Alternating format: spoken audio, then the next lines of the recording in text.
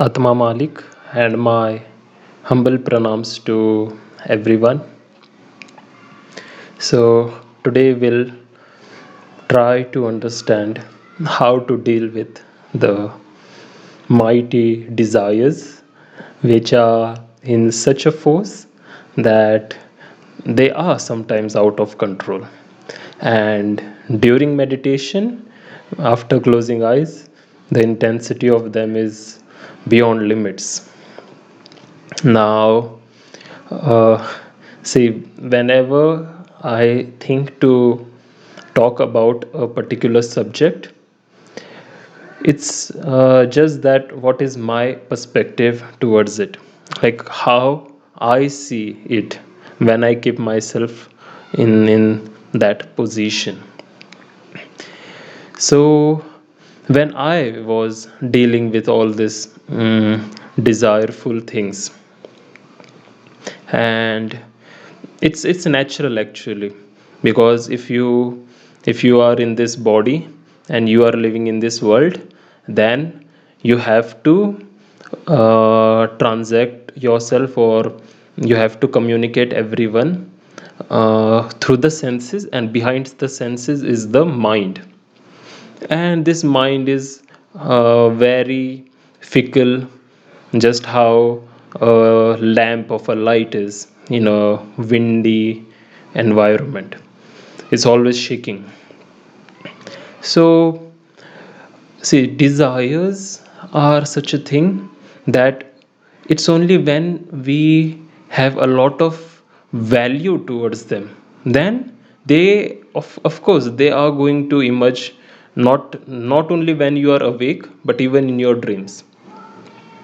So, when I was dealing with this, the knowledge that I came up with the help of my Sadguru, was that why shouldn't I find a bigger picture, something higher than this?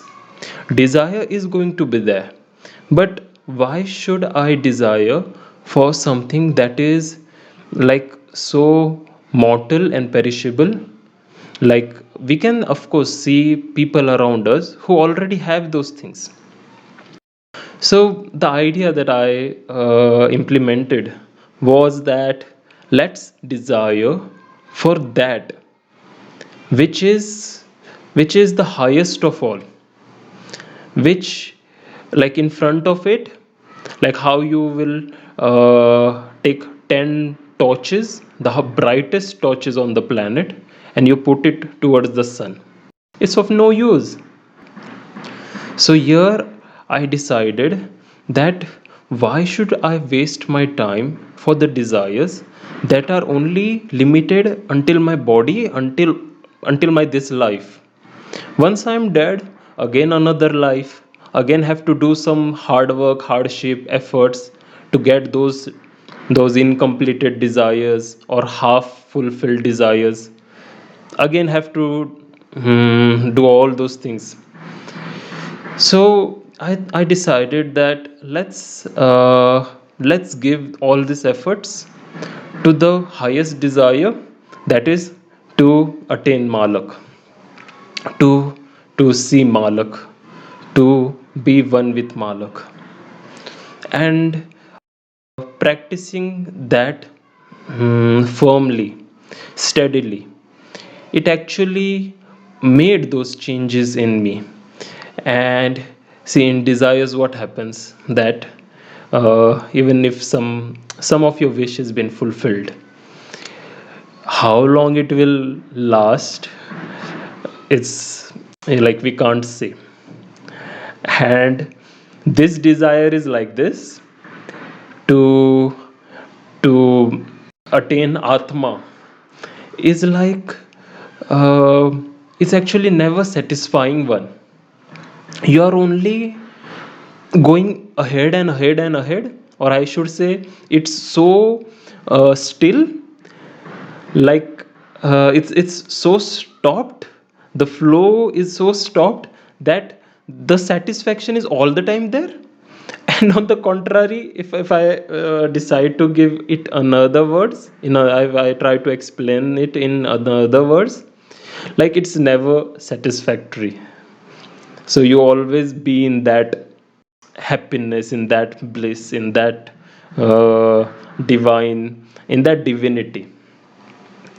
So this is also a way that in front of small small desires you keep the highest desire. Then these desires will be there, but it won't affect you that much, because that very goal, that very aim is so big that it will hide all this. So this is one thing. And if we even think logically, that is it even helping? Like if you decide to ponder on things, ponder on the pleasurable desires all the time, is it even going to help you? We don't see it possible. Across history, it never helped anyone, and it's never going to help you too. This is like, what should I say, until a tree is having the seeds with it, if tree wants to make those seeds fructify or get transformed into another tree, then it has to leave that seed. It can't hold on to the seed and think of the seed will grow just by holding on to it. Same goes here. We have to leave those desires and focus on our actions. You have a seed, you throw it and focus on your action. That is going to fructify one day. Like, it's like, how we see people, they go to fountain, or even in India, if somebody goes to temple, then they have some desire in them, and with that offering, they give it to the deity and say, okay, this is my desire and I offer this to you. Or in other countries, like they throw a coin into the fountain, or in some wishing well and all that stuff. So we have these techniques that when you are offering it, or when you are throwing this coin into that fountain, we are giving up that desire. Like we should be at least like how our ancient people or their practices were, that they have told you already that what's needed to be done. It's only if you are taking that right logic. Now this thing won't help you if you are offering, if you are giving the offering, if you are throwing the coin, but still keeping the desire with you all the time. It's not going to help like that.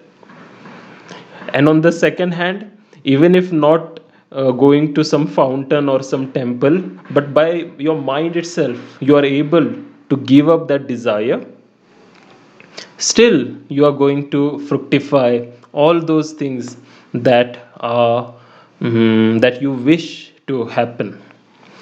So either keep a very higher goal in front of you, or a highest desire, that all the time you are just enchanted by the Atma, by your Sadguru.